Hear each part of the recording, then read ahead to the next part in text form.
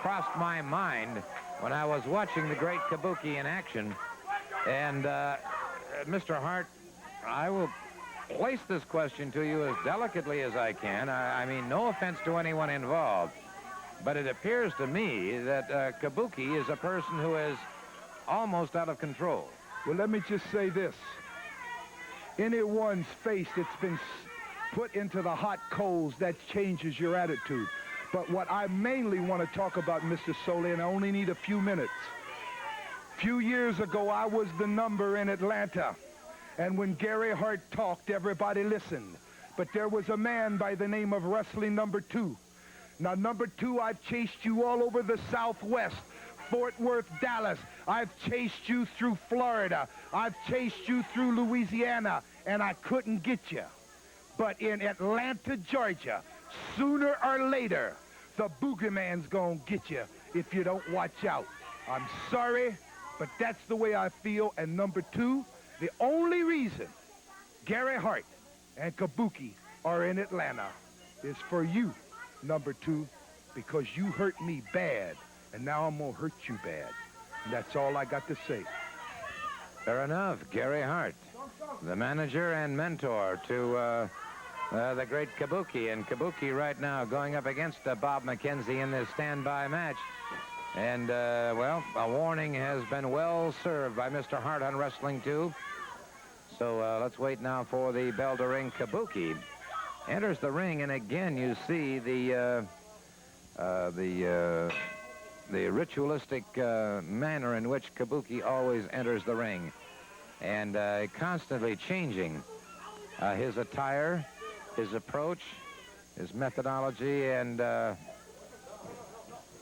Kabuki now being warned by Gary Hart. Kabuki with the sticks, and these, of course, are basically lethal weapons. There's no question about that. And Hart having his problems, taking that away from Kabuki. And a face of mail on Kabuki, and Kabuki again with that green cloud emitting from his mouth. Gary Hart slips from the ring, and by now McKenzie must be really wondering what he is facing here in an opponent. Kabuki again closes in on this man, and Kabuki, striking like a vampire, if you will, closes in on him, a series of blows to the throat that has McKenzie back to the canvas once again. And there you see it again, that green fog that emits from his mouth.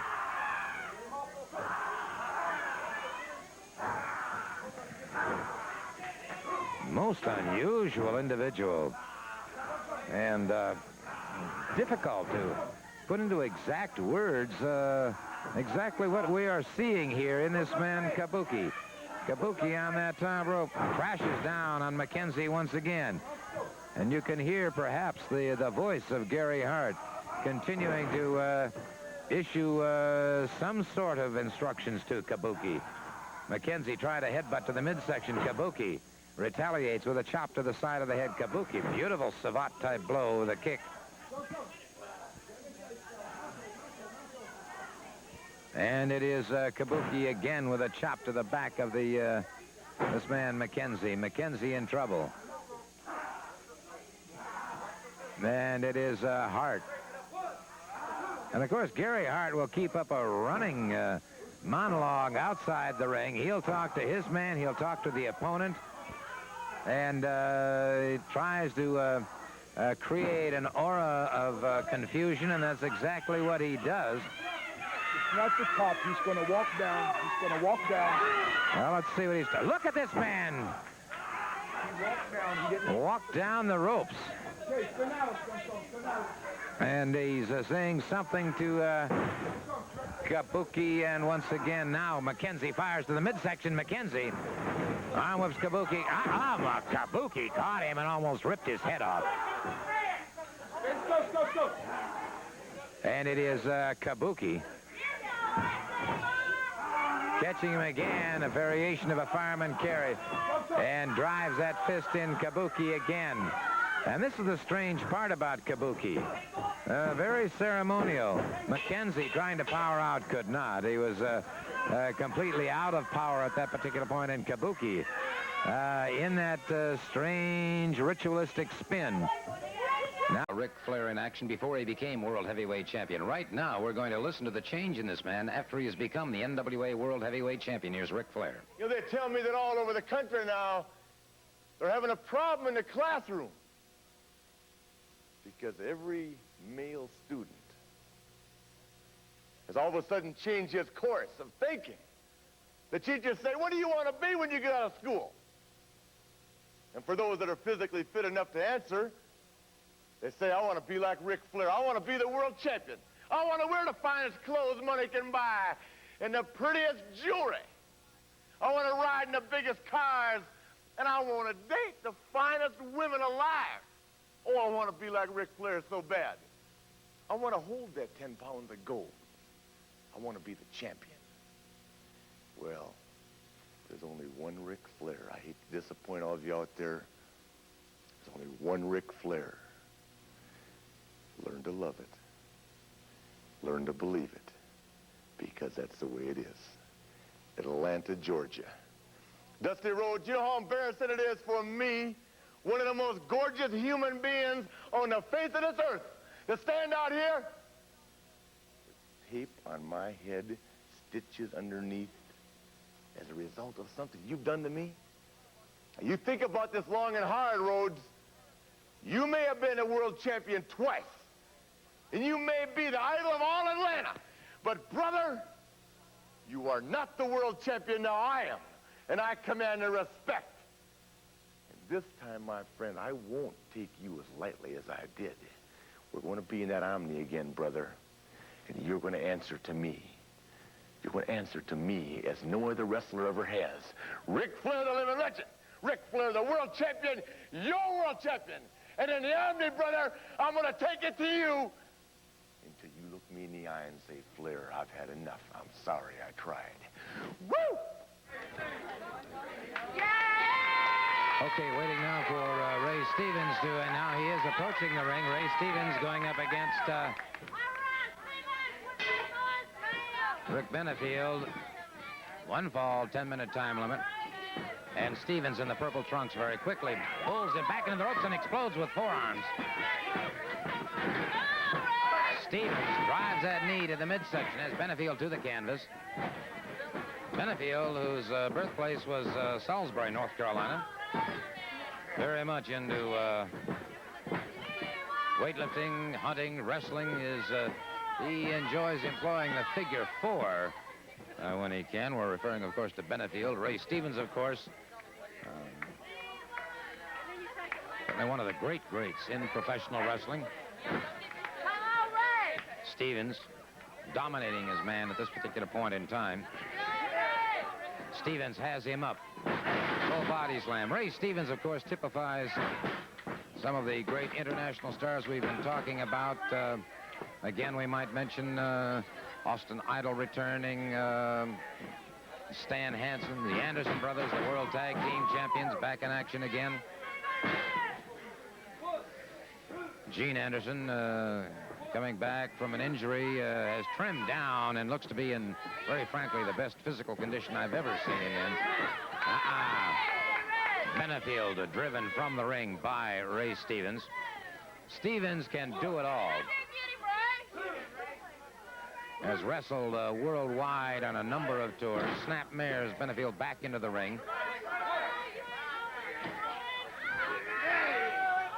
Stevens has him up, uses the pile driver most effectively. A count of 3. Hooking the far leg after using the pile driver. Champion Dusty Rhodes, a man who's looking to regain that championship. Well, God, so I just be coming out. You know, Judge Tulip just at the airport done told me, he say, Dream, you put his lights out. He say, you put his lights out for the 1, 2, 3. He say, don't get too excited. You know, he say, up out here at the cash stand, we put our pants on 1 leg at a time. He say the baker puts his pants on 1 leg at a time. He say the construction worker put his pants on 1 leg at a time. And I know that you put your pants on 1 leg at a time. So we all equal what he's saying. So Ric Flair gonna get more of it than he can handle. Cause I put my pants on 1 leg at a time, and you know, darling, I take them off the same way. Ric Flair, I'm gonna jump on him so bad, it's going to hurt his mama to watch him beat. There you have it, the comments from two-times world heavyweight champion going back after that title tomorrow night in the Omni here in Atlanta. And now here's a total rundown. Tomorrow night, 8 o'clock, the Omni in Atlanta. Such stars as Terry Gordy, Big Red, Michael Hayes, Brian Blair, plus these matches for the World's Heavyweight Championship. No disqualification, 2 referees. Ric Flair, champion, against Dusty Rhodes. Special challenge tag team event. Tor Kamada and the Super Destroyer against Wildfire Tommy Rich and Stan Hansen. Mr. Excitement Dick Slater against Ray Stevens. Steve-O against the Great Kabuki. Austin Idol against Wrestling 2 tomorrow night. All right, with me right now is the current NWA World Heavyweight Champion, Ric Flair. All of the marbles on the line tomorrow night. 2 referees, no disqualification. Dusty Rhodes standing out here admitting to the whole world that he's a second-class bum dressed like that, blue jeans, a T-shirt, and trying to tell us that he's in a class of the world champion.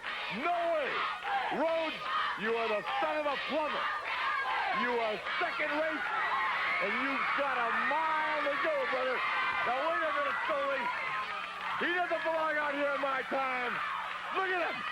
Cowboy boots, jeans, a sweatshirt. I ain't putting nothing down. All I know that a man is not judged by the clothes that he wears. Is that right? Well, you remember one thing. These clothes top the dream, Daddy. How about that? Whoa, wait just a second. Note for settle that tomorrow night at the Omni. Come here, Rhodes. Get him back here. With me now, Ole Anderson. You know, you made a comic, you talked about all those big surprises, and I know, because I've been on the receiving end sometimes of some so-called big surprises, but every time somebody pulls one of those, they have to realize that maybe somebody else might just have a surprise for them. I see Tommy Rich out here so smug. He's got a match that he's wanted for a long, long time. Walked around worried, wondering when somebody might jump him for $10,000. Well, Tommy, now that everything is right with you, you better start thinking again. Maybe your career is going to be just about this much longer before it's finally snuffed out for good. That's all the time now. Let's go to Bob Neal in the Sports Score. And what that is, I don't know, but again, a strange, gaseous-like mixture emanating from the mouth of the great Kabuki that staggered the American Dream. And he obviously does not have visual contact with anybody.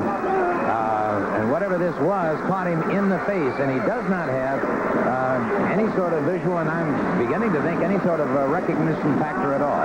That's exactly right. He's just fighting for survival right now. After this stuff, whatever it was that hit him in the eyes, it caused some damage, and he was just fighting for survival about this.